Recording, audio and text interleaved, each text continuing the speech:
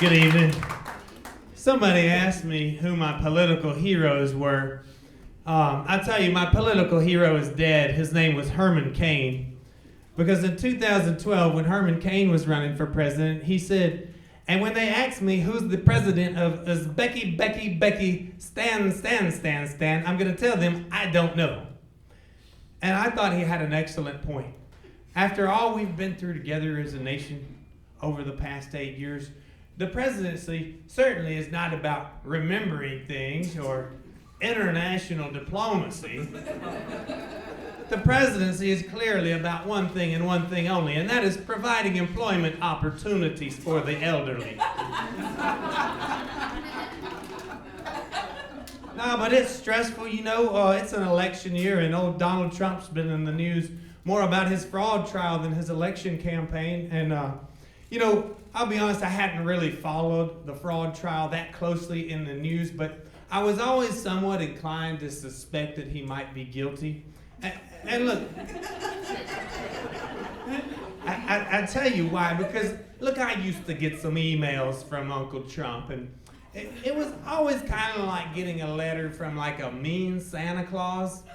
You know, it would be in all caps, Warren, I've made a list, and I've checked it twice, and your name was not on the list. Send me $100 immediately, so I can add to my war chest and defeat sleepy Joe Biden and the evil Democratic cabal. That's also my Mr. Burns impersonation.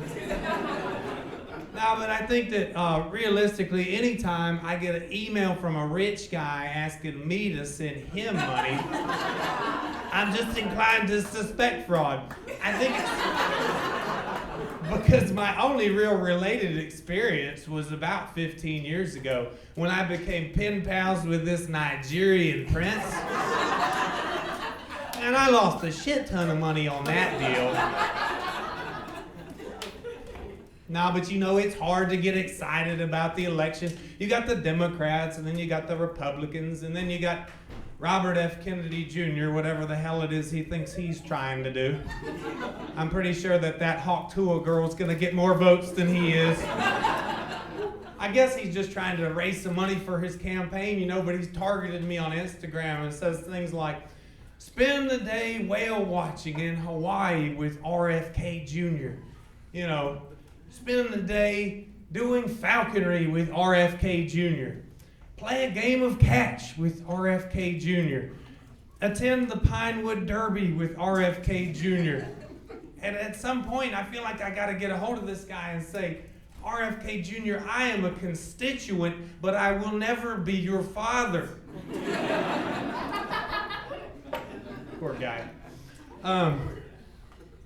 No, but you know, it's stressful during the election. The news, the American news is so stressful. And after that last election cycle, I decided I didn't even want to have to listen to the American news anymore. I was only going to listen to the British Broadcasting Corporation. And so I Googled BBC. It took me to this website called blacked.com. I think I was in the right place. Y'all, let me tell you something. The news anchors in Great Britain are very hot, they are very promiscuous, and they are extremely friendly towards black guys. Which is refreshing, honestly, because we don't always get that here with the American news media. James Garfield was the 20th president of the United States and only the second one to be assassinated in office. James Garfield was assassinated on July 2nd, 1881. Years later, American cartoonist Jim Davis came up with a whimsical cartoon cat of the same name, a cat who hated Mondays. I never knew of a real-life cat who had a reason to be stressed out about Mondays. I never knew of a real-life cat who could read a calendar that I was aware of, although I've never quizzed a cat on the days of the week, in all fairness to the cats. You know, I did hear of a cat from my hometown in Greenville, Mississippi, who had a reason to have a bad Monday one time, though. There was an old man named Elmer Vickers who owned a lion cub he called Old Governor. And they said Old Governor was the cutest thing you ever seen in your life. when he was a cub, but he grew up to be a full-fledged lion. And I don't know what these crazy Mississippi Delta boys were feeding that lion, but old Governor became constipated. And there wasn't any vet in Greenville, Mississippi who was willing to help him with his situation. So they called around, and the veterinary hospital at Auburn University in Alabama said they'd have a look at him. Well, my Uncle Lee got involved. He lent to Vickers his Cessna. They welded together a special cage to go in the back of it, and they get the lion all loaded up to transport him across state lines. They get him out there on the runway, and old Governor lets out a fierce roar. And then they get about 2,000 feet in the air, and old Governor lets out another roar and let loose and became unconstipated.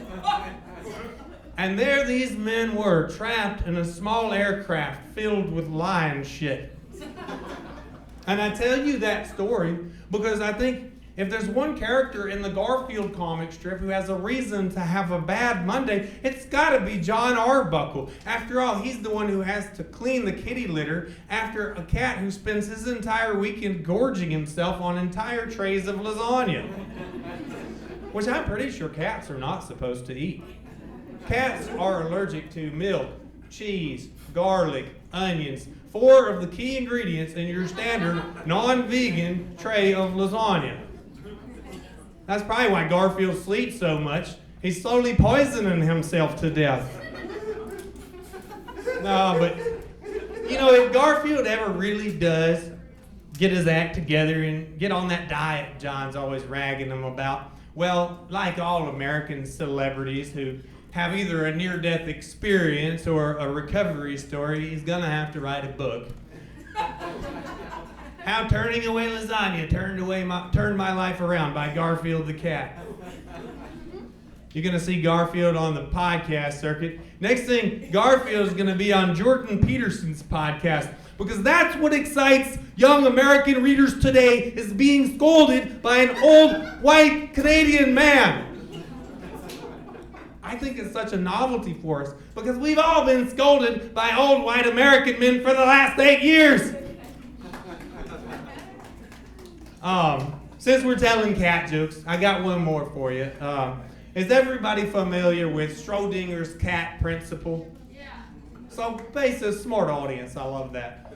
So basically, Schrodinger has a cat and it's in a box, and the possibilities coexist that the cat is both dead in the box and alive in the box at the same time until you open the box and figure out which one. Schrodinger was evidently a big cat guy, and I'm going to go out on a limb and say I don't think he was married. Could you imagine Schrodinger's wife in a box? Schrodinger's wife principle states that the possibilities coexist, that Schrodinger's wife is both dead in the box and also super pissed off that she's been stuffed into a box at the same time until, let's face it, Schrodinger would not open that box. And that's not a misogynistic joke. That is an anti-putting women into boxes joke, y'all. Don't put women into boxes. Don't even consider the possibility of putting women into boxes. I've been Warren Hines. Thank you all so much for your time. Club Strong in Seattle. I love y'all.